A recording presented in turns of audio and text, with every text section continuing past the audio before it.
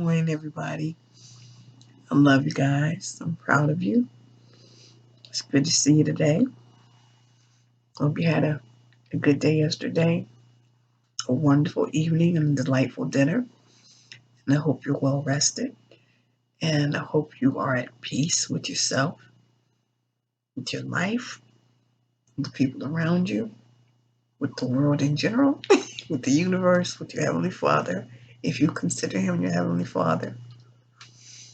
And I guess you says quite a bit. It is. But if you don't have peace in every area, at least hopefully you have peace in some areas.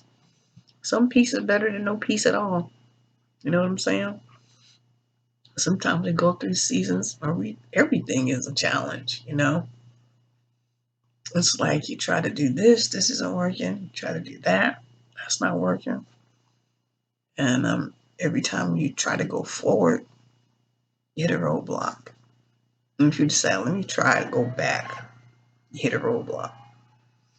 Then you think, I'm gonna go to the side, hit another roadblock. It's like you just locked in, you know, you can't get out. Those are some really hard times to go through. And gotta have a lot of patience to deal with those kind of situations. Um, you know what I always say, you just gotta keep pushing. Gotta keep pushing. Sometimes I have learned my pushing had to be just stopping. Sometimes that's the only push I can have or use or utilize. It's just stopping.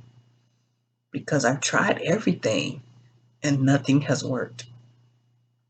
And even to the point where I started getting advice from other people, and the advice wasn't working. Wasn't necessarily getting any answers from God, because sometimes He gets real quiet. Or, if you don't believe in God, from the universe, it's like you're just not getting any guidance. And sometimes, like I said, pushing is just the waiting, just the sitting, being still, which can be very difficult to do because you feel like you're doing nothing. You're not being active in terms of trying to improve the quality of your life and make things better for you and the people you love and care about. But sometimes our most powerful weapon is just stopping. And I think that probably is the hardest thing to do, because we've always been told and we're always taught busyness is where the blessings come from. That's how you get your blessings. That's how you get your breakthroughs. That's how you get a good job. That's how you get your right mate. That's how you get your house. That's how you get your property. That's how you make your money. And I'm not saying we don't need to be productive and work hard, but there's more to life than just hard work. Sometimes you just need some hard quiet, some hard stillness, some hard sitting back and thinking. And that's something people don't consider. If we stop and we don't do things for a bit, oftentimes we're judged. I think our harshest critic, of course, is ourselves, because we're sitting there telling ourselves, you are nuts. You're not even trying to help yourself. Are you crazy? What can happen with you sitting here doing nothing? It's a big question, Then, too, we don't have to, but we do. We worry about what other people are thinking. Like, oh, they must think I'm a bum. They must think I'm crazy. You know what I'm saying? But sometimes when we stop, just stop, we can get a better view of what we've been doing. And sometimes we've been making some bad decisions. And the way we've been doing things, excuse me, is not going to take us to where we want to go. But if we don't stop, we just keep like being a hamster in that wheel. Just keep going around and around in that wheel. The little hamster's going nowhere. And sometimes we're just like that, but we can't see it.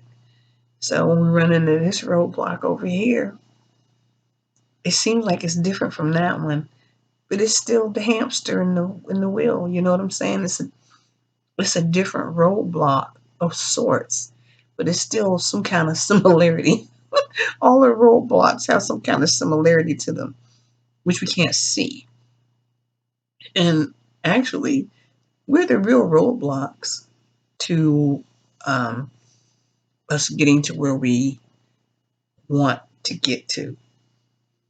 Um, because sometimes we're so impatient with ourselves and with life. Sometimes we have such high expectations, which is nothing wrong with having high expectations, that we don't allow ourselves to go through the low parts of that. You know what I mean? Like, we expect to be up here, which is fine, even if we expect to be higher than that. But our expectations can be a bit, I don't know, a little off sometimes. Because sometimes we're expecting to be up here in a week, in a month, in a year. And look at other people like, oh my gosh, they're doing this, they're doing that. I'm not doing anything. But it took them 40 years to get there, 25 years, you know? But we don't look at it like that. We feel ashamed that we're not as accomplished as somebody who's been working on a thing for, like I said, 20, 30 years. And we're competing with them. We're not on their level. We're not. We have to learn to see, look past where they are and look back at where they came from, what they have to do to gain that level of power in their life, and that level of accomplishments. What did they go through?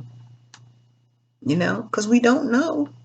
We just look at where they are and we think they woke up in this fabulous position with all these wonderful talents and abilities, all these opportunities open to them.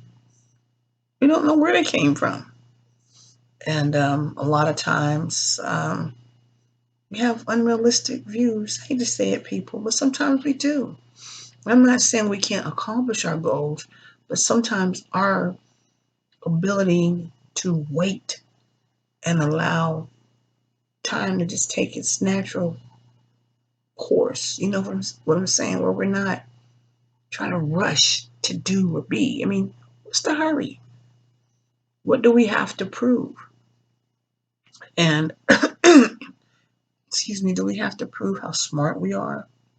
Are we trying to prove we're better than other people? I mean, what is our real purpose? Why are we so pressed? That's the question we need to ask ourselves. Because if our motives are not pure, that's why we got all these roadblocks. You know, can't go this way, can't go that way, can't go this way, can't go that way, can't go up, go down, stuck. And like I said, a lot of times we're the roadblock. Sometimes we are looking at things in a way that are causing us to have um, our capabilities kind of stifled because we won't allow ourselves to see things in a different way because of how we've always done things, how we've been taught the world is. And I know I talk about this kind of stuff a lot, but it's still relevant. It's still true, and I think it's still necessary. We've got to change our thought life. We do. Because what was working for us 20 years ago might not work now. Could have been working for us a year ago. Now it's not working. Could have been 2 months ago. It's not working. And sometimes the world, the universe, God, life is like, go this way. It's like pulling, you know, a little kid will pull your leg, your pants leg, say, come here, come here, grandma, come here, mommy or daddy. They pull your little pants leg. trying to get your attention. That's how life is sometimes with us, like trying to pull us, like, get over here. Come. And we're standing looking at it like, what? Sometimes we don't even feel the tug.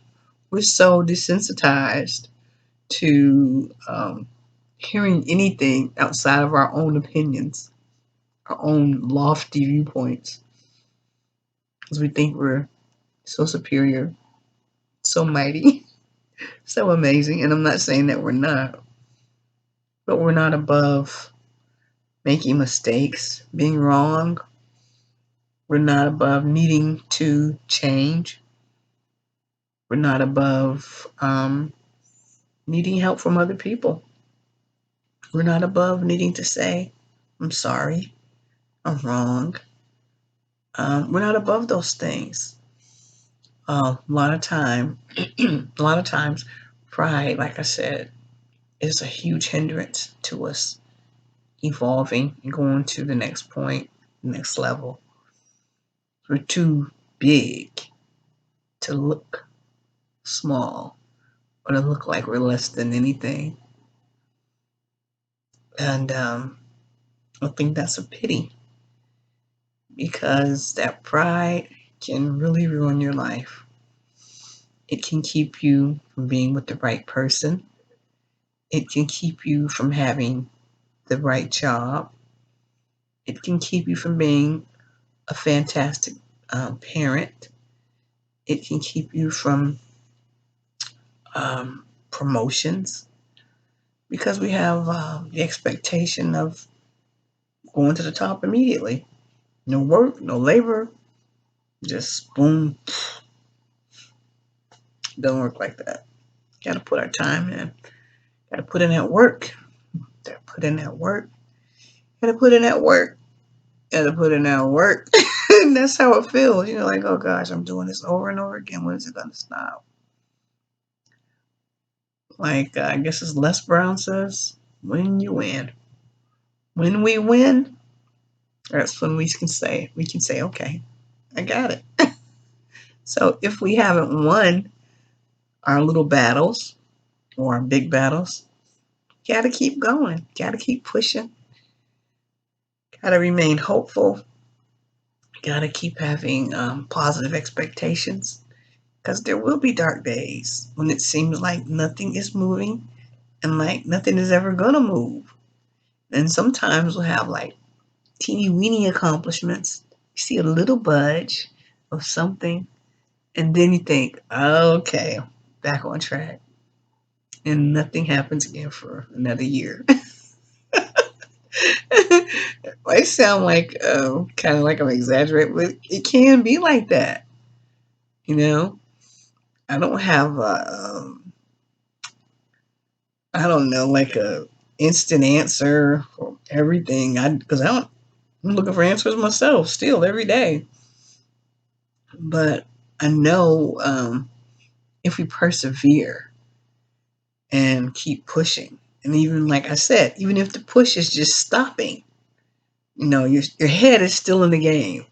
You have not left the building. You're still believing. You're still standing. But your stand is your stopping. It's your stand. Like, nothing's working. I must need to stop. So stopping is not always a bad thing. Now, if you're in the middle of an amazing flow and everything is working beautifully and everything is just falling into place just with ease and grace, and all of a sudden you decide, I'm going to stop. I call that self-sabotage. I don't blame that on anybody, anything. I don't blame it on God. I don't blame it on the devil. I don't blame it on anything but us. That's us. Not being able to allow the good into our lives. And so at times, as human beings, we do things to mess ourselves up. It could be in a relationship. It could be pertaining to our careers. It could be pertaining to our health and so many other areas, our finances. We do things to mess ourselves up. And it might take 10 years to see it. I hope that won't be the case anymore since you're hearing me talk about it. But in order to, excuse me, to find that out, we have to take honest looks at ourselves. We got to get to know us. And that is the thing I think people really don't want and don't like. You know, I don't know what it is about us as human beings. We don't like to know us. I don't know if we are afraid of what we're going to find out about ourselves. Um, I don't know what it is. I always want to know, always, even if I don't like it, even if I hate it, if it makes me angry, if it makes me feel ashamed or embarrassed, I still want to know. I may be rare. I don't know, but that's how I am. I like to know so I can face it and deal with it. My pride might be in the fact that I am like that. And so then my pride might be like, you don't listen, you ain't doing nothing. But there was a time, when I was younger, very headstrong. I didn't listen to anybody about anything. And for that reason, that is why I have the patience that I have with young people. I can't say I understand them all, but I do understand them making mistakes. I understand them repeating mistakes over and over again because of all the mistakes I made when I was young and how I was determined to have my way. I just was. That's just how I was. You couldn't tell me anything.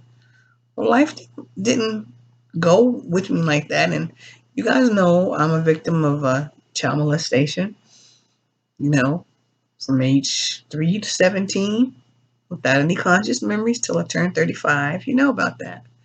But I don't use it as an excuse for my life. I never do. I don't like, well, because I went through this and my life, I just don't do it. I'm absolutely not ever going to do that. I take full responsibility for whatever I became and whoever I am now. I claim total responsibility for my personality, my attitude, my accomplishments, my lack of accomplishments. Um, it's all me. Excuse me. And a lot of people are still pointing the finger at their mother, their father, their aunt, their uncle, their whatever, the job, their health, their dogs. I mean, whatever they can blame, they're blaming it. But until we get to the point where we can just look at ourselves and say, okay, this is where you are. However you got here, you're here now. You got to deal. To me, that's it. That's it. Everything else goes out the window.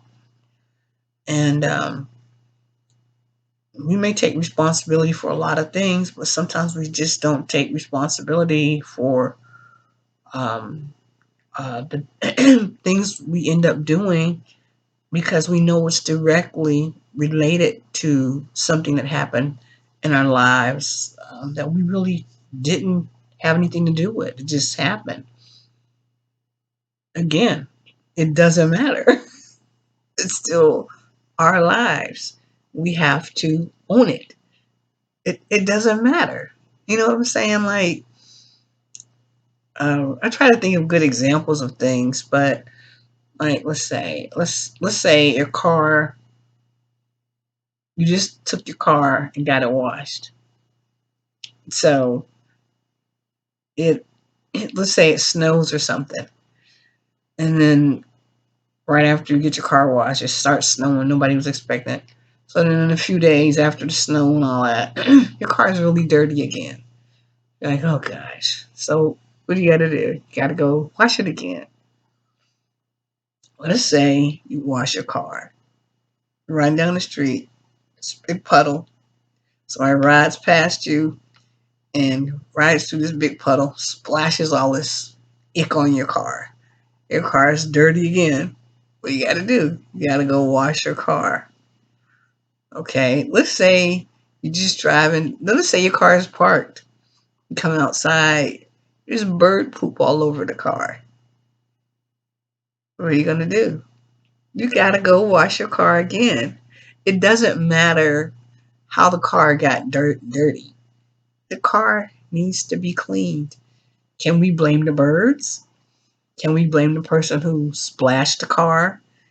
Can we blame the elements, the snow and the slush and all that? Yeah, we could, but the car's still dirty, you know? So, what sense does it make to blame all of those different things? It doesn't really make a difference. You still got to wash the car.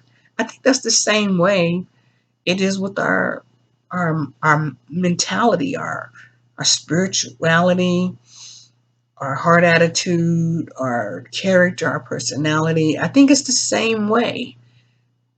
Sometimes we find ourselves in rotten places in terms of how we see the world, with nasty attitudes, ungrateful attitudes. Excuse me, a lot of times these things come as a result of things we experienced when we were younger, even as adults. Sometimes we have traumatic events that really shape our lives in not so positive ways. So what are we gonna do? Like, well, this one did this to me. I didn't have this when I was growing up. I was with this man, he did this. This woman did. I mean, you know what I'm saying? It's like, when do we ever stop doing that and get to the point where we just say, okay, enough. This is my life. I'm responsible for me every day. Whatever else happened to me, it doesn't matter. This is where I am right now. This is what I got to look at in the mirror. You see every day. I'm looking at you. You looking at me. And you expecting me to be a certain type of way. So who am I trying to be the best for? Myself. Myself.